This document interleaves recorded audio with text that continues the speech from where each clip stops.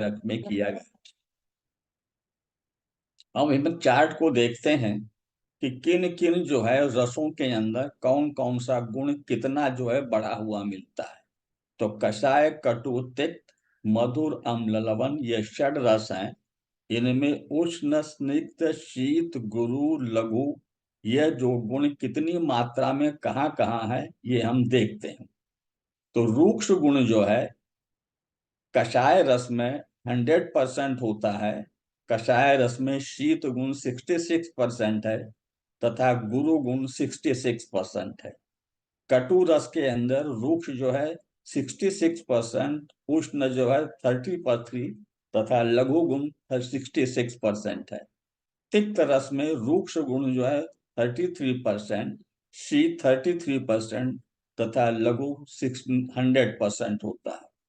मधुर रस के अंदर स्निग्ध, गुरु और शीत तीनों गुण 100% होते हैं।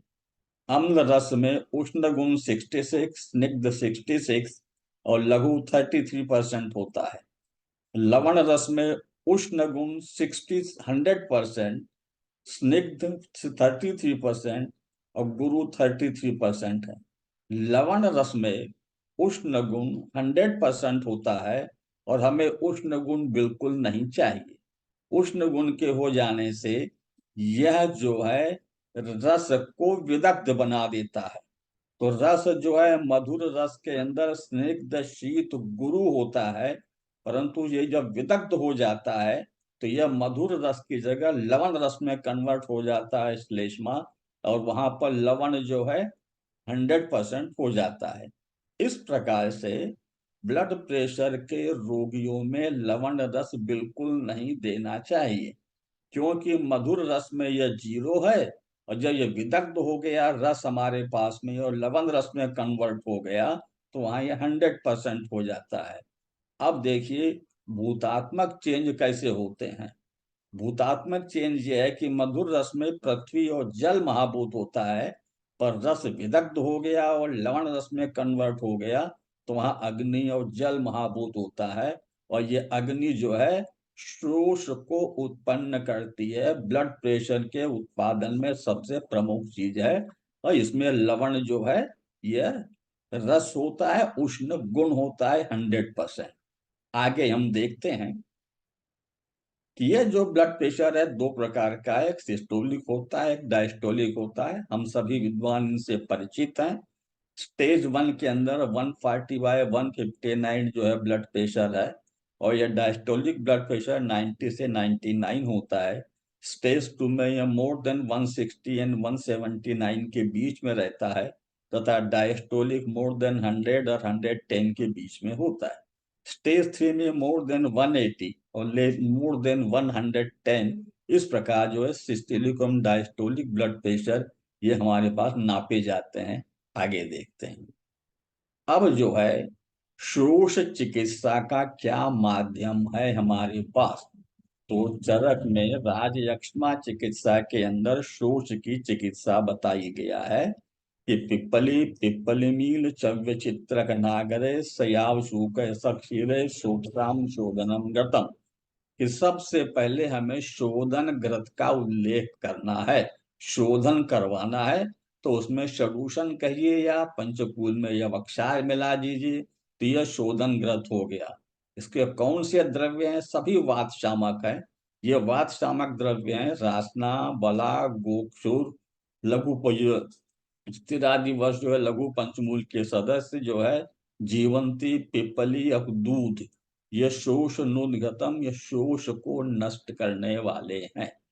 यहाँ पर जितने भी प्रकार के घृतों का उल्लेख होगा उनमें क्वाथ के अंदर जल की जगह क्षीर का उपयोग होता है। तो क्षीर जो है मधुर रस का मेंबर भी और सर गुण देता है। तो सर गुण देने के कारण यह अनुलोमन का काम करता है तथा दोष को बाहर फेंकता है। तो यह दूध के सर गुण का यहाँ सबसे ज्यादा महत्व है। यवागु वगैरह देने मधु के साथ में दीजिए तो यह जो ज्यादा उपयोगी होता है। इस प्रकार यह शोष की ये चिकित्सा राजयक्ष्मा प्रकरण में बताई गई। आगे देखते हैं कि इसके अंदर सबसे पहले अनुलोमन हमको देना चाहिए। यह जो है मलों का अनुलोमन होता है। तो अनुलोमन का जो विशेष रूप से उल्लेख आया है वह अर्श चिकित्सा के अंदर आया है। अर्श में कई जगह इनका उल्लेख आया है। अब इसमें देने से जो है किस प्रकार से जो है पिपली घृतपृष्ठ हरित की त्रिवत दंती इनको देने से अनुलोमन होता है। अगर जो है दोषों का अनुलोमन ठीक से हो जाए तो ब्लड प्रेशर कम होने में हमें सहायता मिलती है। और ये जो है दोष का जो अनुलोमन है साफ साफ लिखा है कि विड माने मल का, वात का, कफ का, पित्त का, यह तीनों का अनुलोमन करता है उपरोक्त श्लोक। उपरोक्त श्लोक में पिपली घृतपृष्ठ हरिति का उल्लेख है। आगे जो है अब हम चलते हैं त्रिमर्मी चिकित्सा के अंदर।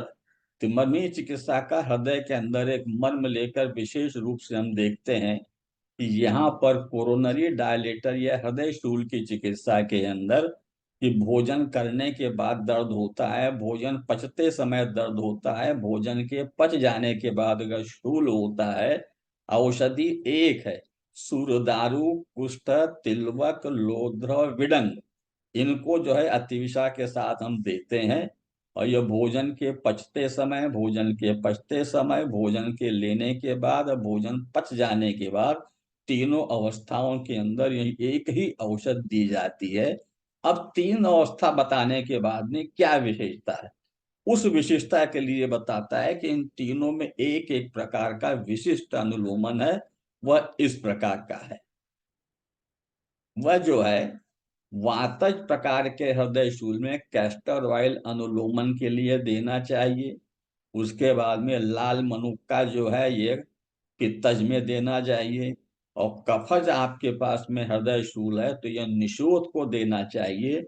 ये तीन अनुलोमन है और हृदय शूल में इनको देने से ब्लड प्रेशर भी कुछ कम होता है, बहुत ज्यादा नहीं होता है।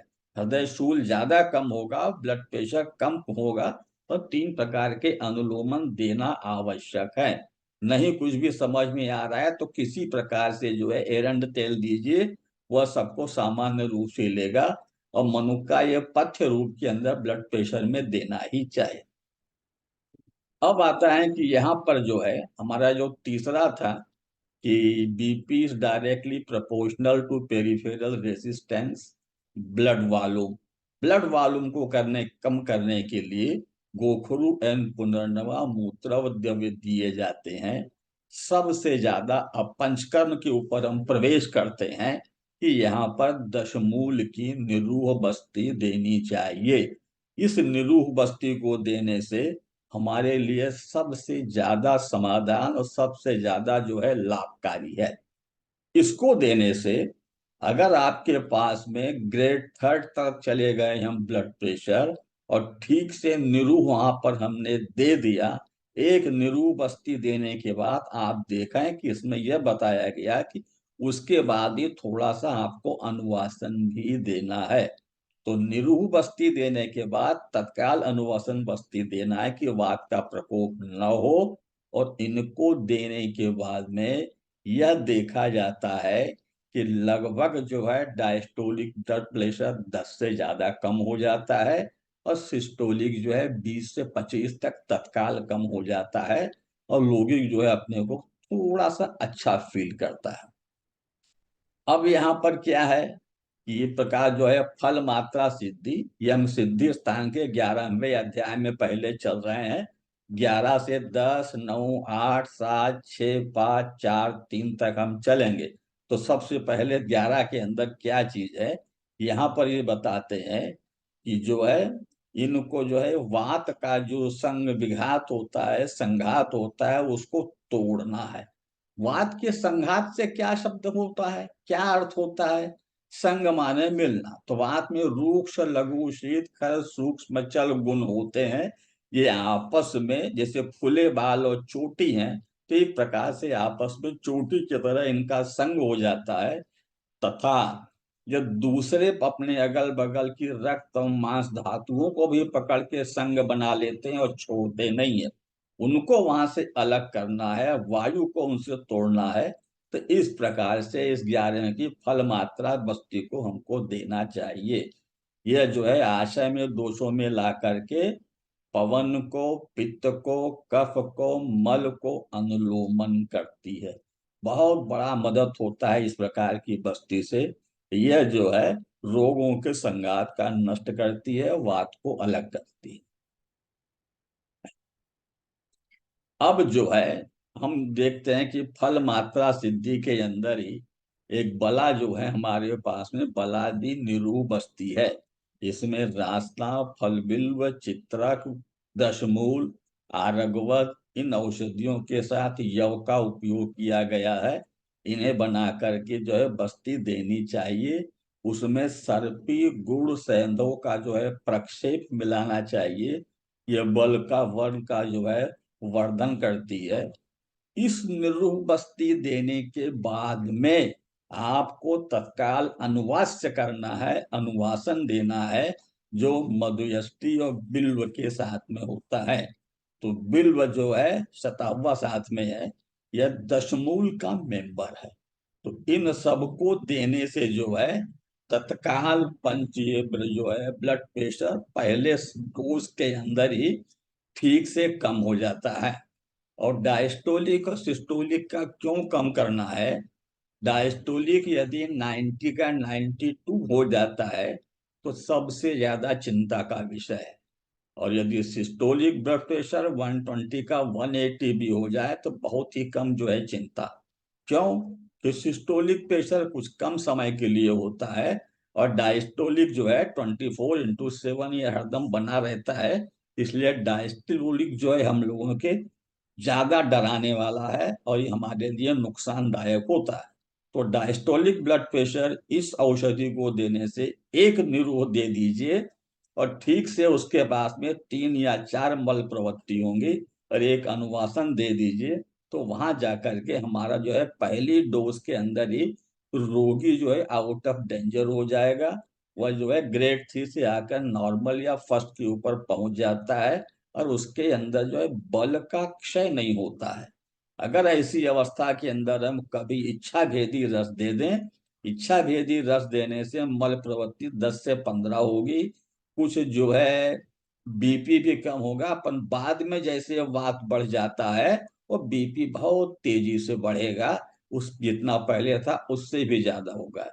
इसलिए इन बस्तियों को देने से बाद के अंदर ब्लड प्रेशर नहीं बढ़ता है, जो कि इच्छा भेदी देने से बढ़ जाता है। तो इस प्रकार की एक निरूप बस्ती देना चाहिए और उसके तत्काल बाद में एक अनुवासन का है, जिसमें मधुयष्टि है, बिल्व है और सौंफ, 3 ही चीज है। इस अनुवासन को देने से बल की शक्ति बनी रहती है। एक चीज अब आगे देख रहे हैं कि परिकर्तिका क्या चीज होती है। परिकर्तिका का सबसे पहला वर्णन जो चरक में आया है, ज्वर प्रकरण में आया है। ये बहुत प्रकार का ज्वर जो है तीक्ष्ण है, दाह है सारे शरीर के अंदर। वहां पर जो है अपान क्षेत्र के अंदर गुदा में बहुत बढ़िया शोथ हो गया, ज्यादा शोथ हो गया और शूल हो गया। शोथ और शूल जो है अपान क्षेत्र और गुदा में हो जाए तो उसमें कैंची के काटने जैसी वेदना होती है, उसे परिकर्तिका कहते हैं। यह शुद्ध वातज व्याधि है। इस बात के अंदर जो है रूक्ष, तीक्ष्ण, सूक्ष्म ये गुण इतने ऐसे बढ़ जाते हैं कि उससे उसको बड़ा कष्ट होता है रोगी को वात के अंदर।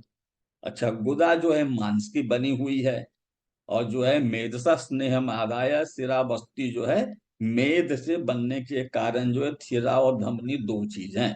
तो धमनी मांस के बाद बनती है, इसलिए जो व्यक्ति दवाइयां परिकर्तिका में काम करती हैं, वात का शमन कर रही हैं, वो बस्ती उसमें ब्लड प्रेशर में देने में हमारे लिए लाभ है और वो हमको देनी चाहिए।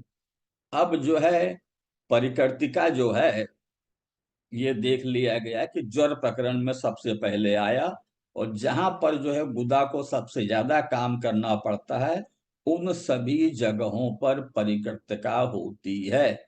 यह बस्ती व्यापक के अंदर भी आती है, वमन विरेचन के व्यापक में भी आती है, अतिसार में आती है, अर्श में आती है, ज्वर में आती, और सबका एक है, ये दशमूल के जो है सदस्य दीजिए, उनको देने से जो है परिकृति का रोग नष्ट होता है। तो परिकृति का रोग नष्ट होने में सबसे पहला जो चरक वाला आया था काम, उसने कहा कि इसमें एरंड मूल देना चाहिए, बिल्व देना चाहिए, और शालपर्णी, प्रश्नपर्णी, और इनको देना चाहिए। तो इनको देने से परिकर्तिका का तत्काल शमन हो जाता है, गुदा का शोथ और शूल दोनों नष्ट हो जाते हैं। इस प्रकार से यदि पेरिफेरल रेसिस्टेंस हमको कम करना है, तो वहां वात शामक औषधियों की बस्ती जो परिकर्तिका में बताई गई है, उनको सर्वथा देनी चाहिए। अब जो है इसी में श्लोक के अंत में यव कोल पुलत्थ का वर्णन आया है। कोल जो है बदर से लिया जाता है, अम्ल रस को दिया जाता है यव।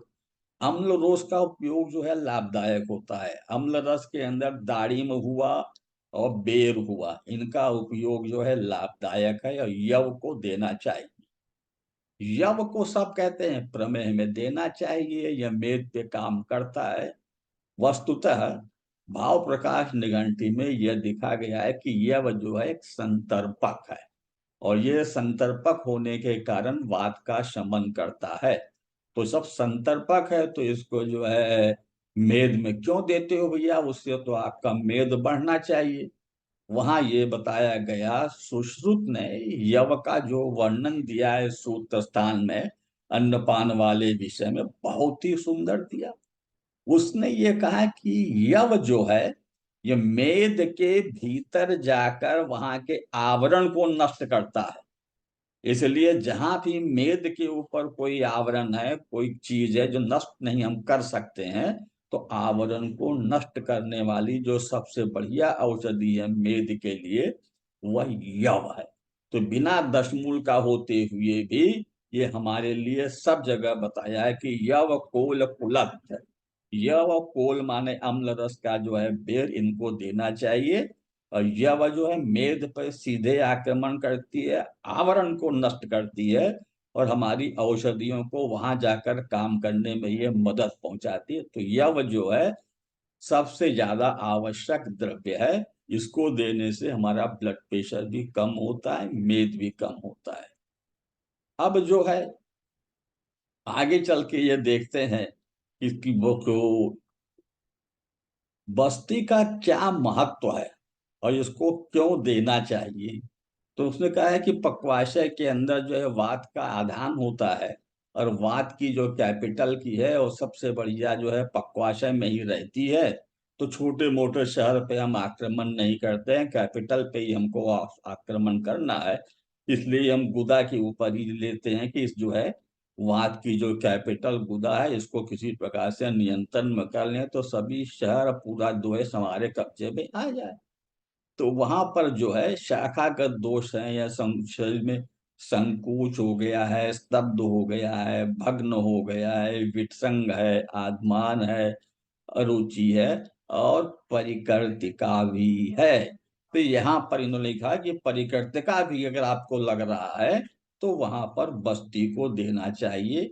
और उसमें उष्ण गुण वाले शीत वाली औषधियां, सुखवत, उष्णक, इनको देने से, बस्ती देने से हमें लाभ मिलता है। इस प्रकार से 10 स्थान के बाद भी हम जो है और पीछे की ओर आ रहे हैं, सात्विक के अंदर की बस्ती व्यापक स्थिति में परिकृतिका।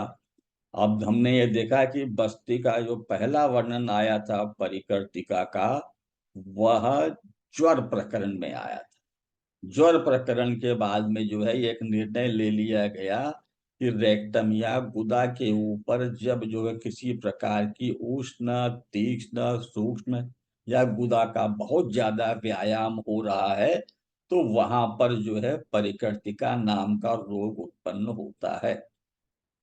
हम लोगों ने अपने डिस्पेंसरी में ये कॉलेज में ये देखा है कि परिकर्तिका का रोगी जब आता है, तो वह स्कूटर से मान लीजिए आ रहा है, तो स्कूटर की सीट से 4 इंच ऊपर जो है उठ करके आता है। वह सीट पर बैठने में उसको बहुत कष्ट होता है, इतना ज्यादा कष्ट होता है कि उससे बेटर है कि वह 4-6 इंच ऊपर ही सीट के रहता है, और आने के बाद जो है क्लिनिक के अंदर केवल जो है आराम से खड़ा करने का प्रयास करता है, बैठ भी नहीं पाता है। तो इस प्रकार का जो वात की भयंकर वेदना है वह परिकर्तिका में दिखाई पड़ती है। ये अर्श के अंदर सब जगह दिखने को मिलता है। और यहाँ पर जो है उष्ण, तीक्ष्ण, सूक्ष्म ये गुण जो है बहुत ज्यादा बढ़ जाते हैं। वो बढ़ जाने के बाद में शूल और शोथ दोनों को उत्पन्न करते हैं। तो यहाँ पर हमको जो है शोथ को हम इसलिए लेते हैं कि ये हमारे धमनी का जो पेरिफेरल रेसिस्टेंस वाला काम है, जो ब्लड प्रेशर सबसे ज्यादा काम कर रहा है, उसको नष्ट करने के अंदर जो इनकी जितनी दवाइयां हैं सब काम करती हैं। अच्छा, परिकर्तिका की जो दवाई ज्वर प्रकरण में बताई गई है, 80% वही दशमूल के द्रव्य हैं, वही औषधियां जो हैं सब जगह बताई गई हैं। और बस्ती स्थान के अंदर भी वही है, सिद्धि स्थान के अंदर भी वही है। और इसका उद्देश्य क्या है? यदि हम परिकर्तिका या ब्लड प्रेशर में जो पेरिफेरल रेसिस्टेंस है उसमें आर्टेरियल इलास्टिसिटी को बढ़ाना है, तो आर्टेरियल इलास्टिसिटी के अंदर वायु को कम करना एक हुआ। दूसरा है कि वहां पर मृदु गुण को लाना आवश्यक है। यह मृदु गुण जो है आरगवत में होता है, गुलाब के फूल में होता है, तथा कुछ नहीं समझ में आ रहा है तो प्रत्येक बस्ती का जो सबसे अंतिम परिणाम है कि यह शरीर के अंदर मृदु गुण को लाती है। वह चाहे निरु बस्ती हो, चाहे अनुवासन बस्ती हो, उत्तर बस्ती हो, स्नेहन हो, रुक्षन हो, कुछ भी हो, बस्ती क्षेत्र में जाने वाली औषधियां मृदु गुण को उत्पन्न करती हैं। और यदि हमारे शरीर में मृदु गुण उपस्थित हो गया है तो ब्लड प्रेशर के अंदर आर्टेरियल इलास्टिसिटी बहुत बढ़ जाएगी। और जब आर्टेरियल इलास्टिसिटी बढ़ गई तो पेरिफेरल रेसिस्टेंस कम हो जाएगा और बीपी वहां पर कम हो जाएगा। इसलिए कुछ लोगों को केवल यदि कैस्टर ऑयल का अनुलोशन दिया जाए, अनुवासन, या वो अपने ऊपर से जो है अनुलोमन के लिए ही एरंड तेल लेते हैं तो भी उनका बीपी कम हो जाता है। अच्छा, अब परिकर्तिका व्यापक के अंदर बस्ती व्यापक सिद्धि का यह श्लोक है कि मृदु कोष्ठ हमको किसी भी प्रकार से यहाँ पर लाना है, और रूक्ष और तीक्ष्ण गुण जहां भी उपस्थित हो गए वो हमारे पास में जो है परिकर्तिका को उत्पन्न करते हैं। और ये त्रिक में, वंशन में, बस्ती में तो नाभि के नीचे रुजा, विबंध, इस प्रकार की औषधियों को देते हैं। ये लेखन बस्तियों को देने से भी कष्ट जो है उत्पन्न होता है, माने बस्ती देने से भी परिकर्तिका होती है, ये इसको बताने का उद्देश्य है। वहां पर हमको मृदु गुण लाने का प्रयास करना चाहिए। अब जो है मधुर है, शीत है, दूध है, गन्ने का रस है, इन औषधियों में मधुयष्टि, तिलकालक का कल्क वगैरह दस्ती दे और दूध का भोजन करें तो इससे इस बस्ती से, इस परिकृति का रोग में आराम मिलता है और शरीर में मृदु गुण बढ़ता है। शरीर में यदि मृदु गुण बढ़ रहा है तो बीपी को कम कर रहा है, यह निश्चित है। जैसे ही मृदु की इलास्टिसिटी जो है बढ़ना शुरू हो जाएगी वैसे ही ये रोग जो है कम होना शुरू हो जाएगा। मनुक्का देने से मृदु गुण बढ़ता है, बीपी कम होता है। मृदु जो है स्निग्ध और गुण वाला सदस्य तो है ही, मधुर रस वाला है, सर गुण वाला है। तो जहां जहां सरगुण मिलेगा वह जो है बीपी को कम करता है। अब जो है जो है सिद्धि स्थान के 6वें अध्याय में हम चलते हैं कि वमन और विरेचन के व्यापक से भी यह रोग उत्पन्न होता है परिकृति का। तो यहाँ पर विरेचन देने से गुदा में कुछ व्यायाम करना पड़ता है, और उसके अत्यधिक व्यायाम हो जाने से तीक्ष्ण और उष्ण अग्नियों के बढ़ जाने के बाद में वहां पर जो है शूल और शोथ दोनों उत्पन्न होते हैं। अब जो है यहाँ पर वमन और व्यामन जो है, अब इनकी औषधियों को देखते हैं। सामान्य सिद्धांत यह देख लिया गया है कि किसी भी प्रकार की परिकर्तिका हो या वहां पर शोष जैसी स्थिति दिखाई पड़ रही है, सूजन है, दशमूल को पकड़ लीजिए। तो दशमूल के जो मुख्य द्रव्य है यहाँ पर तीन प्रकार के लिए जाते हैं। एक है शालपर्णी, प्रश्नपर्णी, ऊपर जो है बिल्व आता है, और एरंडमूल। ये चार ऐसे जो द्रव्य हैं जो ब्लड प्रेशर के अंदर उपयोगी हैं, तथा इनका सब जगह जो है हमको उपयोग जानबूझकर, अंदाज से, धोखे से कैसे भी करना है। अगर इनसे द्वारा हम वात के रूक्ष गुण को भी बचा ले गए तो मृदु गुण बढ़ने में हमको आराम मिलता है। मृदु गुण कैसे बढ़ता है? बस्ती से घृत और तेल का यहाँ उपयोग होता है, तथा सेंधो नमक है, अम्ल रस है, और वसा मज्जा का इनके अंदर प्रक्षेप के अंदर उपयोग किया जाता है, कल्क में उपयोग होता है। तो जोड़ जाड़ करके हम तीक्ष्ण गुण का विरोध कर ले जाते हैं, मृदु गुण जो है हमारे यहाँ उत्पन्न होता है, और इस मृदु गुण के बढ़ने से हमारा ब्लड प्रेशर कम होता है। तो देखिए आता है कि स्निग्धेन गुरुकोष्ठेन, शाम के अंदर जो औषध होती है, ये मृदु कोष्ठ से हमको उत्पन्न करना है, और इनको पीने से जो है साम दोष का निधन हो या नहीं भी हो, पर तीव्र शूल जो है हमारे यहाँ पर कम होता है, और तीव्र शूल परिकर्तिका के अंदर बहुत ज्यादा होता है। तो आपने ये देख लिया कि परिकर्तिका रोग के अंदर किस प्रकार का तीक्ष्ण गुण बढ़ जाता है कि रोगी जो है बैठ नहीं पाता है स्कूटर के ऊपर, बहुत परेशान है। और जैसे ही आपने यहाँ पर रूक्ष गुण को हटाया, दशमूल के जो भी द्रव्य हैं, शालपर्णी, प्रश्नपर्णी, एरंड मूल और बिल्व, जैसे ही इनका आपने उपयोग किया तो आपको तत्काल आराम मिलता है। ज्वर प्रकरण में बस्ती नहीं देना है, इन्हीं सब का पेया बना करके देना है। और सिद्धि स्थान में हम लोग जो है तत्काल लाभ लाने के लिए पंचकर्म में इसको देते हैं। एकदम सबकी लास्ट वाली स्लाइड में बताएंगे जो एक चार्ट है दो रोगियों के, कैसे तत्काल और कितना तेजी से ब्लड प्रेशर ये नियंत्रित करता है। अब जो है इनसे जो है आम है, अजीर्ण है, ये सब चीजें कम हो जाती हैं। और यहाँ पर अम्ल रस हमको देने का विधान है, अम्ल रस से वात का शमन होता है। तो वत में जो है दारिम रस का देते हैं, और उसके बाद अम्ल रस देने से जो है दारिम सब जगह माना गया। तो दारिम और त्वचा जो है, देवदारू ये स्निग्ध और गुरु या स्निग्ध और लघु दोनों प्रकार का होता है। तो देवदारू जो है हृदय शूल के अंदर सबसे पहला योग है कि देवदारू, कुष्ठ, विडंग, लोद्र इनको देना चाहिए।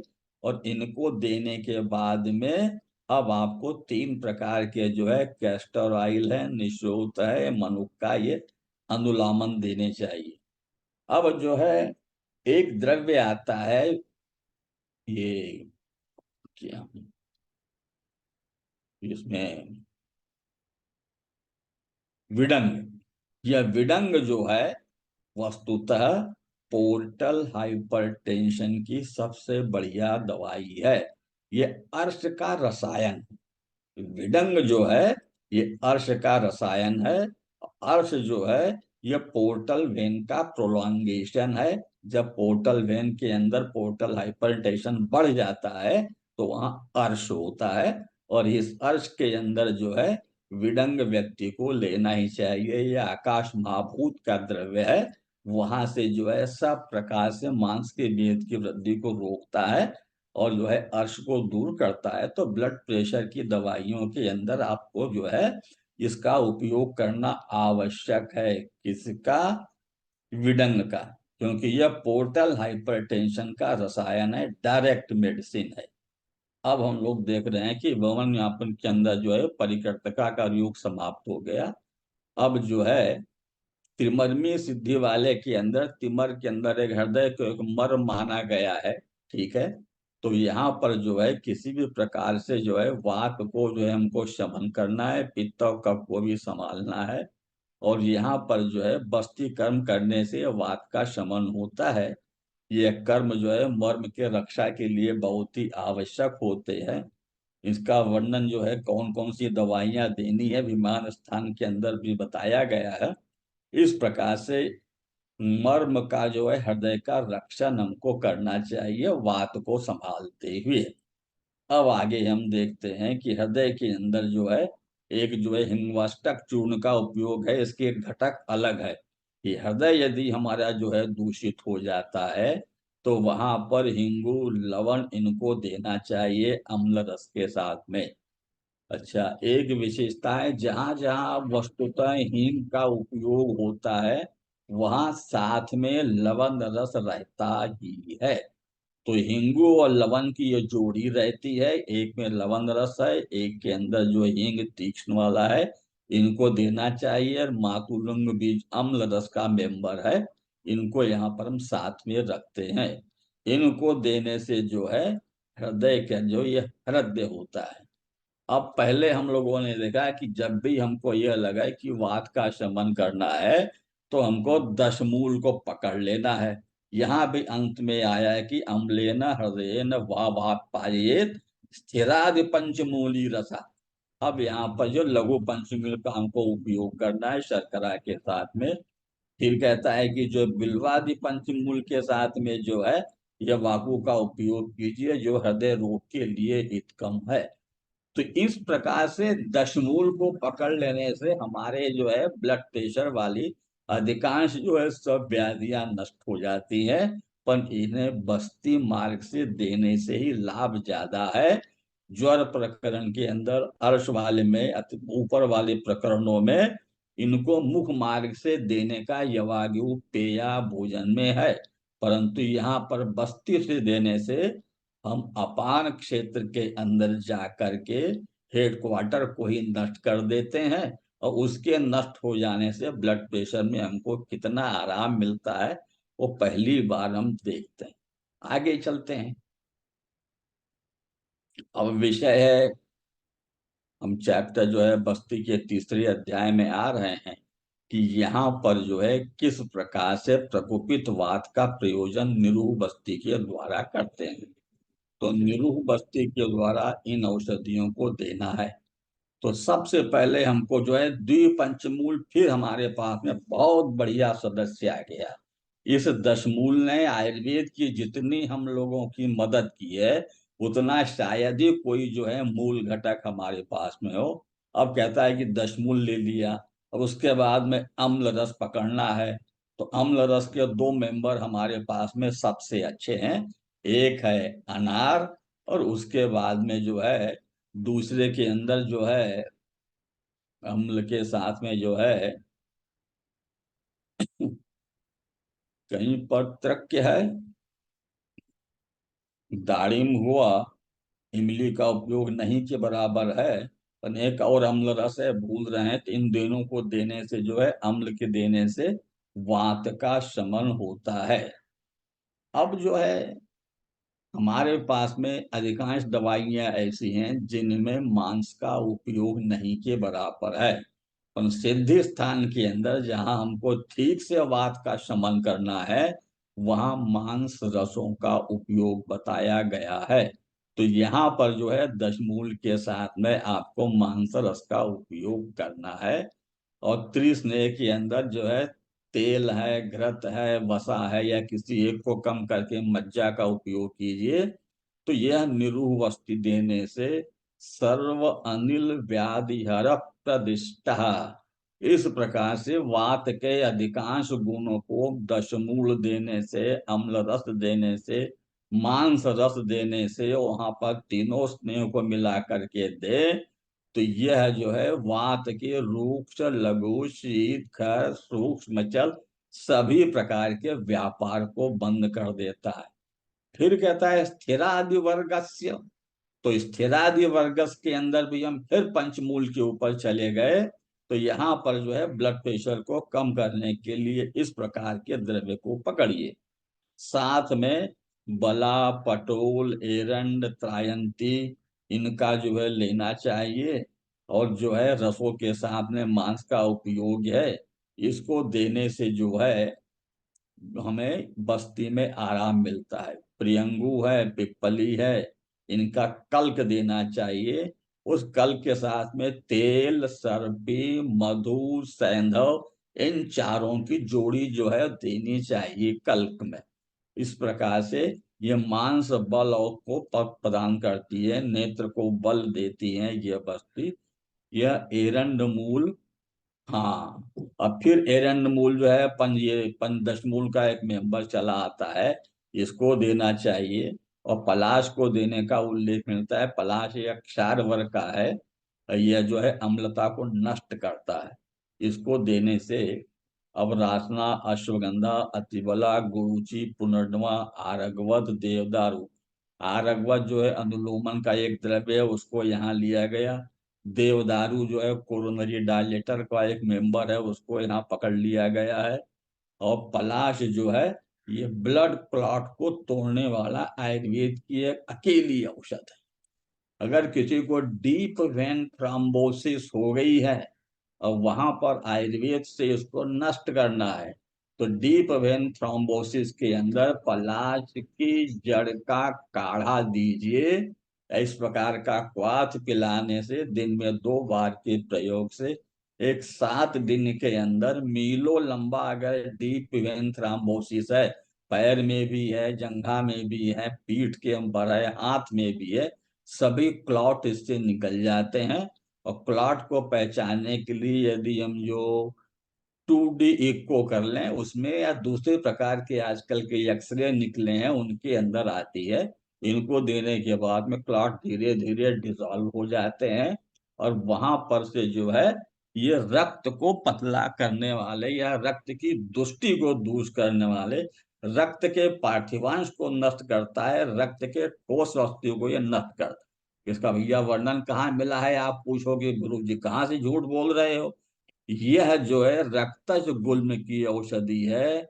स्त्रियों के मासिक विकार के अंदर जब वहां पर ग्रथित रक्त की दृष्टि होती है और गाढ़ा और ठोस वाला जो है आर्तो प्रवृत्ति है, तो यह शुष्क शरीर का जो है शुक्र और शोणित के जो विकार है वहां पर पलाश का वर्णन है। कि पलाश को देने से जो है रक्त गुल्म नष्ट होता है, रक्तातिसार में गांठ आ रही है रक्त की, वो नष्ट होती है। रक्त पदर के अंदर भी यदि दोष पड़े हुए हैं तो रक्त पदर के गांठ को भी यह नष्ट करता है। तो पलाश बहुत बढ़िया हमारे पास में है। वस्तुतः यह हिपेरिन से 10 गुना काम करने वाला ज्यादा द्रव्य है, बहुलता से मिलता है। कुछ लोगों को इसका जो है पलाश के मूल के रस निकालते हैं। तो पलाश मूल का रस निकालने का जो विधान है वह चरक की पहले श्लोक की टीका के अंदर आया है। चक्रपाणी दत्त ने लिखा है कि पेड़ चरक उसमें पलाश के पेड़ के पास जाइए, जमीन खोदिए, एक दो है जड़ को पकड़ लीजिए, जड़ पकड़ने के बाद 3 फीट जा करके काट करके उसको एक कांच की बोतल में लगा के कांच की बोतल की कपड़ मिट्टी कर करके गाड़ दें और ऊपर से उसको गोहरी की उपली में आग लगा दें। तो वहां पर जो है उस जड़ का रस नीचे आकर के वहां इकट्ठा हो गया। और इसकी मात्रा केवल 2-2 बूंद देने की है पान के रस से, इससे क्लॉट डिसॉल्व हो जाता है। पर यह रस निकालने की प्रक्रिया सबसे कठिन है। 3-4 आयुर्वेद की फार्मेसीज हैं, वो पलाश का रस, पलाश का अंजल, पलाश मूल का रस कहती हम ऐसा निकालते हैं। अगर वो इस प्रकार से निकालते हैं तो बड़ा काम करने वाली दवाई है और बहुत बढ़िया काम करती है। आगे इसी के अंदर जो है अंत में लिखा है कि लवण, घृत, तेल, वसा, मज्जा देनी चाहिए, मधु मिला करके, तेल मिला करके। यह बस्तियां इस प्रकार से हमारे पास में काम करती हैं। दूसरी एक बलादी बस्ती है, यह जो है निरूह बस्ती है। और इसको देने के बाद में अन्य घटकों के लिए आप विद्वान हैं, सब इसका वर्णन देखते हैं कि इनको देने से तत्काल जो है ब्लड प्रेशर जो है डायस्टोलिक और सिस्टोलिक दोनों कम होता है। यह जो निरूह बस्ती है यह जो है सिद्धि स्थान चरक के 3 अध्याय की है। और इनको देने से जो है यह स्निग्धता जो है गुदा में सब तरफ वहां पर आ जाती है और कंपन कंपन जैसी चीजों को ये नष्ट कर देती है। हाथ पैर के कंपन को भी ये नष्ट करती है। और इस प्रकार की यह औषधि है, ये जो बस्ती है बड़ी उपयोगी है। तो जोड़ जाड़ के अंत में सारांश ये रहा कि हमें जो है 10 मूल के द्रव्यों का उपयोग करना चाहिए। 10 मूल के साथ साथ सब जगह जो है बला को भी एक परम वातक न हमने स्वीकार किया है, बड़ा सिद्ध द्रव्य है, बड़ा लाभकारी है। अब उसके साथ में जब दोष एक दूसरे को नहीं छोड़ते हैं तो वहां गुरुचि का उपयोग करना चाहिए। गुरुचि क्या काम करती है? यह शरीर में श्लेष्म शोणित विबंध प्रशमनाना, यह श्लेष्मा को रक्त से अलग करती है। जब श्लेष्मा का संबंध शोणित से अलग हो गया तो शोणित अपना स्वतंत्र रूप से विहार करेगा और उसके अंदर विस्कोसिटी कम हो जाएगी और वो पेरिफेरल रेसिस्टेंस भी कम उत्पन्न करेगा। तो औषधियों के अंदर गुरुचि देने से वो वात का अनुलोमन करती है। वात का अनुलोमन करने के लिए गुरुचि के साथ में निषोध भी दिया जाता है। आप कहोगे इसका वर्णन कहाँ पर है कि गुरुचि के साथ में निषोध दीजिए? इसका जो है चरक जी ने कास प्रकरण में वर्णन बताया। कहा कास 2 प्रकार की होती है, एक में जो है कफ गाढ़ा निकलता है, एक में कफ जो है पतला निकलता है। तो जहां पर गाढ़ा वाला ये कफ निकलता है वहां पर गुड़ीची को दें तो ये जो कफ जो गाढ़ा निकल रहा है, ठोस निकल रहा है और निकलने बड़ी कठिनाई से आ रहा है, तो इसके अंदर से ये जो है कफ के अंदर रक्त में जो गाढ़ का जो है उस विबंध को समाप्त कर देता है, उसको अनुलोम कर देता है, तो कफ पतला हो जाता है। और जैसे एक कफ पतला हो गया तो पेरिफेरल रेसिस्टेंस हमारा कम हो गया, विस्कोसिटी कम हो गई, वायु अनुलोम कर गई और हमको यहाँ पर जो है आराम मिलता है। आगे देखें, एक देखिए सबसे अंत वाला एक पॉइंट दिखा रहा हूं, केवल यह है कि हमारे पास रोगी आया, सिस्टोलिक ब्लड प्रेशर 170, कुछ नहीं घबराना है, और उसका डायस्टोलिक 110 है। आपके पास में अगर रोगी आता है और 80 और 90 के बीच में ब्लड प्रेशर डायस्टोलिक है तो भी चिंता का विषय नहीं, 80 हमको बना करके रखना चाहिए। अगर 90 के ऊपर ब्लड प्रेशर डायस्टोलिक जा रहा है तो हमारे लिए चिंता का विषय। चिंता का विषय इसलिए है कि डायस्टोलिक ब्लड प्रेशर 24 आवर्स रहता है, जबकि सिस्टोलिक प्रेशर जो है उसके भी जो है 0.3 टाइम्स ही केवल रहता है, 0.5 टाइम्स नहीं रहता है। इसलिए सिस्टोलिक हमारे लिए कम घातक है, जबकि डायस्टोलिक से हमको डर लगना चाहिए, उसको मेंटेन रखना है। अब जो है आपने निरूह बस्ती दी और निरूह बस्ती देने के बाद में मिनिमम 4 से 6 अगर उसे वहां पर द्रव प्रवृत्ति विरेचन आ गया तो समझे कि हमारी औषधि जो है 10 मूल ने काम किया है। उसके बाद में तत्काल 120 से 196 आ जाता है, माने कम से कम 12-14 डायस्टोलिक जो है पहले दिन कम हो जाता है। और इसके बाद अनुवासन आप इसलिए दीजिए कि अनुवासन देने के बाद में वात का प्रकोप नहीं होगा। सेकंड डे आप फिर आप उसको एक प्रकार जो है वही बस्ती रिपीट कीजिए, तो आते आते आप देखें कि सिस्टोलिक भी वहां पर 110 हो गया और 96 की जगह 85 हमारा डायस्टोलिक बहुत तेजी से कम होता है। थर्ड डे आते आते हम 110 पे आ जाते हैं। इसके बाद में इस प्रयोग को अपनी इच्छा अनुसार, आप विद्वान हैं, कैसे रोगी को संभालना है वह देखें, पर एक इमरजेंसी हमारी समाप्त हो गई तथा जो ब्लड प्रेशर की औषधियां नंबर 1 क्राइटेरिया डाययूरेटिक, उसके बाद में हम बीटा ब्लॉकर, उसके बाद में कैल्शियम चैनल ब्लॉकर, फिर एसीई, फिर अल्फा ब्लॉकर, इन सबको देने के बाद भी जो है नियंत्रण में नहीं कर सकते। बहुत तेजी से आने के बाद में केवल एक अकेले 10 मूल द्रव्य को पकड़ लेने से निरूह बस्ती एक और उसके बाद में अनुवासन बस्ती उसी दिन देनी है। जैसे 4-5 आपके हो गए उसके जो विरेचन, उसी दिन आपको देना है, उसी समय देना है। तो हम लोग कम से कम इमरजेंसी से तो हम हट गए।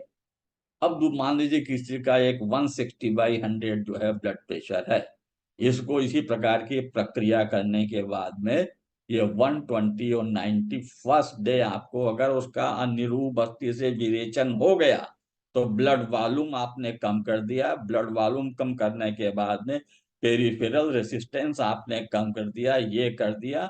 इतना कम करने के बाद में सरत्व गुण आ गया तो आपने वहां पर विस्कोसिटी भी कम कर दी। जहां तीनों गुणों के ऊपर आपकी बस्ती एक साथ अटैक कर रही है तो वहां ब्लड प्रेशर को कम होना ही होना है। तो अनुलोमन हो गया, सरत्व हो गया, विस्कोसिटी कम हो गई, पेरिफेरल रेसिस्टेंस कम हो गया, उसके बाद जो है और उसका जो है viscosity, peripheral resistance, blood volume तीनों कम हो गए, सरत्व आ गया, चार चीजें एक साथ आपने कम कर दी। तो उसके बाद जो है नेक्स्ट डे 110, 86, 110 और 80 के आसपास आप चले जाते हो। उसके बाद आप स्वतंत्र हैं, जो इच्छा हो वैसे आप उसको कीजिए, पर इमरजेंसी नाम की भी चीज खत्म हो गई। अब जो है हमारे पास में इसको ये देखना है, और ये जो है कार्य समाप्त हुआ है। और हम लोग जो है ब्लड प्रेशर और हार्ट डिसीज पे सबसे ज्यादा काम कर रहे हैं। उसका कारण क्या है नहीं हम समझ पा रहे हैं। न हमारे किसी अस्पताल ने आईसीयू खोलने को ध्यान दिया, न सरकार ने ध्यान दिया, न समाज ही इस प्रकार की सोच है। एक धारणा बनी है कि हम लोग इस विषय में बहुत ही कमजोर हैं, समाज विश्वास नहीं करता है और हम आगे नहीं बढ़ रहे हैं। तो आपसे अनुरोध ऐसे है कि अगर 100 थेसिस निकल रही है आम आबाद पे, 100 निकल रही है डायबिटीज पे, तो हार्ट के ऊपर एक लड़का भी थेसिस नहीं लिख रहा है, कोई काम ये नहीं करना चाह रहा। तो मेरा अनुरोध यह है कि हम लोग डरे वरे मत, धीरे धीरे काम करें। और इस प्रकार जो है अब ब्लड प्रेशर पे हम लोग सफल हो गए हैं। तो आज के आयोजकों को मैं आरंभ में ही धन्यवाद दिया हूँ, पुनः देता हूँ कि आपने ये मुझे अवसर प्रदान किया और आप जैसे विद्वानों से मिलने का मुझे सौभाग्य मिला। मैं अपने आप को गौरवान्वित समझता हूँ। और जो है ज्यादा इन्होंने प्रश्न किया दिया है जो है चेतन जी ने, गुप्ता जी ने, डोलाबा से, इन सभी का, तथा सबसे पहला फोन आया था प्रोफेसर अनिल शुक्ला जी का कि आप दो दिन में आप तैयार हो जाइए और लेक्चर आपको देना है। हमने कहा भाई अब आपका आदेश है तो हम तैयार हैं। तो आप जैसे विद्वानों से मिलके मुझे बड़ी प्रसन्नता हुई। और कुछ प्रश्न वगैरह हैं तो आइए हम लोग चर्चा करें। बहुत धन्यवाद आप सभी का, जो आयुर्वेद धन्यवाद परिषद सर, को। धन्यवाद। सर ने बहुत ही अच्छी तरीके से क्लासिकल रेफरेंसेस, इवन मॉडर्न का भी सर ने बहुत बताया। और बहुत से प्रश्न आ रहे हैं चैट बॉक्स में। तो आप चैट बॉक्स में प्रश्न रख सकते हैं, अथवा आप वहाँ पे हैंड राइज करके भी प्रश्न सर को डायरेक्ट पूछ सकते हैं। सर, सबसे पहले मैं एक प्रश्न पूछना चाहता हूँ। अगर हम आयुर्वेदिक चिकित्सा करते हैं या फिर बस्ती पंचकर्म करते हैं, तो उनके साथ जो एलोपैथी वाली दवाइयाँ है वो भी हमें कंटिन्यू रखना है कि नहीं रखना? हम जो है आरंभ में अगर कम कर ले गए, बाद के इन औषधियों को इसलिए करना है कि रोगी को सुरक्षित रहना दोनों ओर से जरूरी। प्रत्येक बार हम उसको केमिया नहीं बुला सकते हैं। और बाद वाली औषधियों के अंदर उस प्रसंग को हमने नहीं लिया कि हम लोग सर्पगंधा का उपयोग करते हैं, वह सेंट्रली एक्टिंग है और कुछ कारण से वह सुसाइडल टेंडेंसी को जन्म देती है। तो उसका उपयोग धीरे धीरे कम हो गया। कुछ लोगों का जो है कोथम्बीर का जो रस होता है और उसमें दो काली मिर्च देते हैं। तो कोथम्बीर के रस में दो काली मिर्च को देने से बीपी जल्दी कम होता है। तो उसमें जो मिर्च होता है ये, वह मिर्च और वसा ये जो है प्रमाथी द्रव्य है। और प्रमाथी द्रव्य ऐसे हैं कि एक दही से घी निकालना है तो मथनी से मथते हैं। तो यह जो है काली मिर्च जो है रस धातु का प्रमथन कर देती है और वहां से जो है ब्लड प्रेशर के दोषों को निरस्त कर देती है। इसलिए इसको कोथंबीर के साथ में, धनिया के साथ में देते हैं। और जबकि जो है ब्लड के प्लेटलेट बढ़ाने वाली जो दाड़िमादी घृत है उसके अंदर दारिम का प्रयोग होता है। तो अम्ल रस के अंदर भी कुछ उपयोगी है। अंत में हम ये निर्णय ले रहे हैं कि अंग्रेजी औषधियों की मात्रा कम करके नियंत्रित रखना है, और जहां पर तेजी से बढ़ गया है ब्लड प्रेशर वहां बस्ती दे करके तत्काल कम कर सकते हैं। तो पेशेंट सेफ रहने पे उसको विश्वास होता है कि ये इस प्रकार का ब्लड प्रेशर पहले था, ये कम होता है, तब वो बस्ती के लिए तैयार रहेगा और उसका विश्वास बढ़ेगा। और आज हर पेशेंट के पास में ब्लड प्रेशर नापने की अपने घर की मशीनें हैं, वो देखता है, वो चेक करता है। तो हम ये पक्ष में हैं कि अंग्रेजी दवाइयाँ नियमित आधी से भी कम हो जाएंगी अगर वो लेता है। डायूरेटिक है, बीटा ब्लॉकर है, अल्फा ब्लॉकर है, कैल्शियम चैनल ब्लॉकर है, एसीई है, तो इनको आधी से ज्यादा हम लोग कम करते हैं। धन्यवाद सर।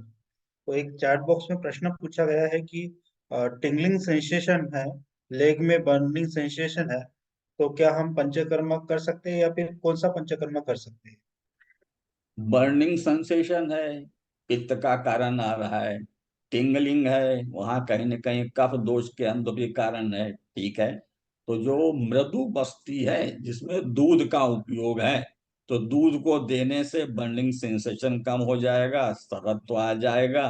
और वहां पर टिंगलिंग सेंसेशन के अंदर जो है कफ को कम करने के लिए आरगवत जैसा कोई या निशोथ जैसा द्रव्य मिला दें, तो वहां इस बस्ती को देना चाहिए। अगर गुड़ीची को भी देते हैं तो वह श्लेष्मा से शोणित को अलग कर देगी, वहां ये भी काम करेगी, दोनों काम होंगे इनसे। धन्यवाद सर। डॉक्टर प्रसन्ना अहिरे पूछना चाहते हैं कि रक्तमोक्षण भी एक अच्छी चिकित्सा है, तो क्या इसमें रक्तमोक्षण हाइपरटेंशन में प्रिफर कर सकते हैं या फिर कौन सी कंडीशन में कर सकते हैं? रक्त मोशन के अंदर हम ब्लड प्रेशर में रक्त मोशन करना चाहिए, परंतु जब बस्ती देकर हम ब्लड वॉल्यूम को कम से कम 100 की जगह से 200 ml शरीर से जो है ब्लड के वॉल्यूम को कम कर दे रहे हैं लिक्विड को, तब वहां पर जो है इसकी बहुत आवश्यकता नहीं है। और अगर एक्यूट है तुरंत बस्ती नहीं दे सकते हैं, तो वहां सीरिन से भी आप निकाल लीजिए 20 से 30 ml, तो भी तत्काल बीपी कम मिलेगा आपको, क्योंकि वह जो है ब्लड वॉल्यूम कम हो रहा है, पेरिफेरल रेजिस्टेंस कम कर रहा है। तो इन दो चीजों के कम होने से बीपी तत्काल कम मिलेगा। कुछ दवाई नहीं है, आप निकाल लीजिए 20-30 ml, तत्काल मिल जाएगा कम। तो ये रक्त मोक्षण केवल इससे कीजिए। अब जलौका लगा करके हम करेंगे तो उसमें बहुत देर लगेगी। तो डायरेक्ट सिरिंज से आप रक्त मोक्षण कीजिए, लाभदायक, तत्काल। धन्यवाद सर। इसके सिवा कोई क्वेश्चन है तो आप डायरेक्टली भी सर से पूछ सकते हैं। आप चैट बॉक्स में जो है आपका हैंड राइज कीजिए या फिर जो वहाँ पे हैंड राइज का ऑप्शन है वहाँ पे पूछ सकते हैं।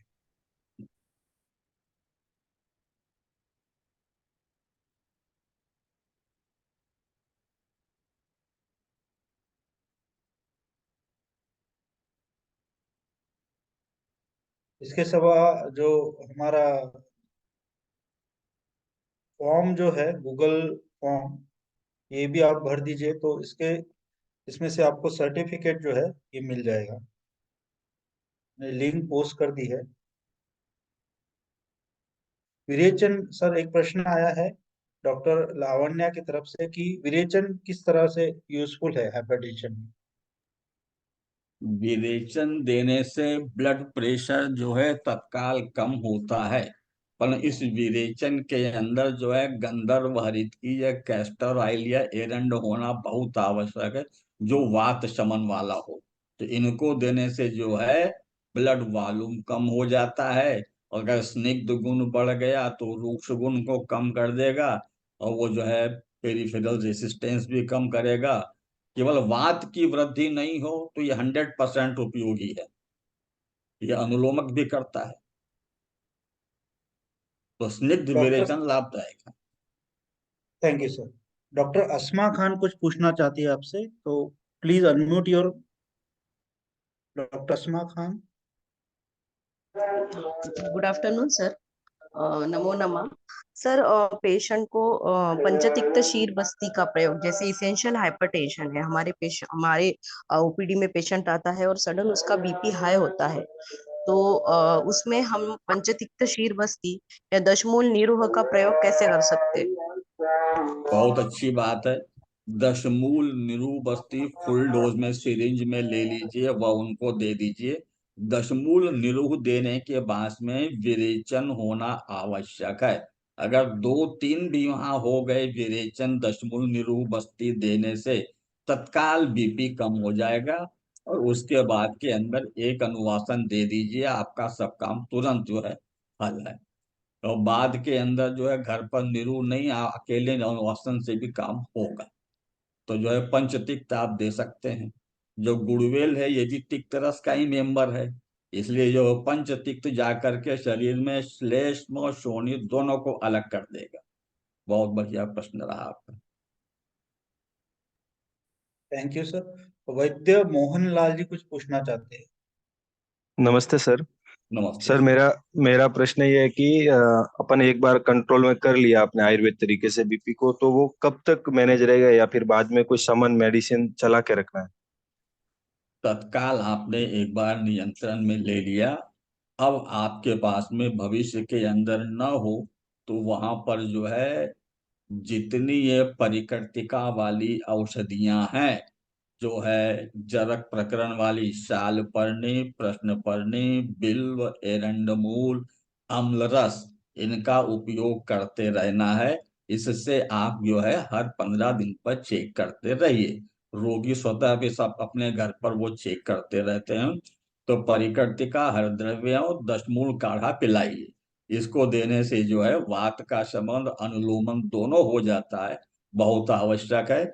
तीसरा, हृदय शूल के अंदर जो 3 अनुलोमन बताए गए हैं, एरंड का तेल दीजिए, निशोत दीजिए, मनुक्का दीजिए। रोज 20-25 ग्राम मनुक्का खाने को दीजिए। कैस्टर ऑयल और निशोत में किसी एक अनुलोमन को और आप ऐड कीजिए, नियंत्रण में रहेगा वो।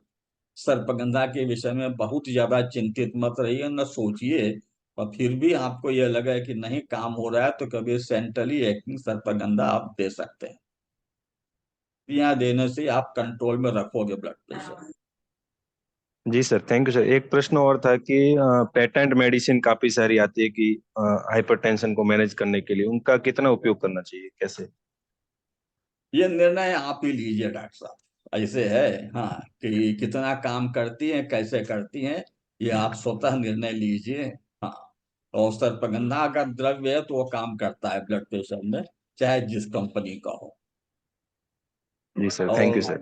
हाँ प्लीज। धन्यवाद सर। और कोई प्रश्न है तो पूछ सकते हैं। इसके अलावा please rise your hand so you can ask directly.